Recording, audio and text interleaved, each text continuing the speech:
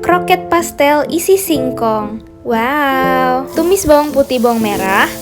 Masukkan singkong, kaldu bubuk, garam, saus tiram, diaduk-aduk, lada bubuk, air, dan daun bawang.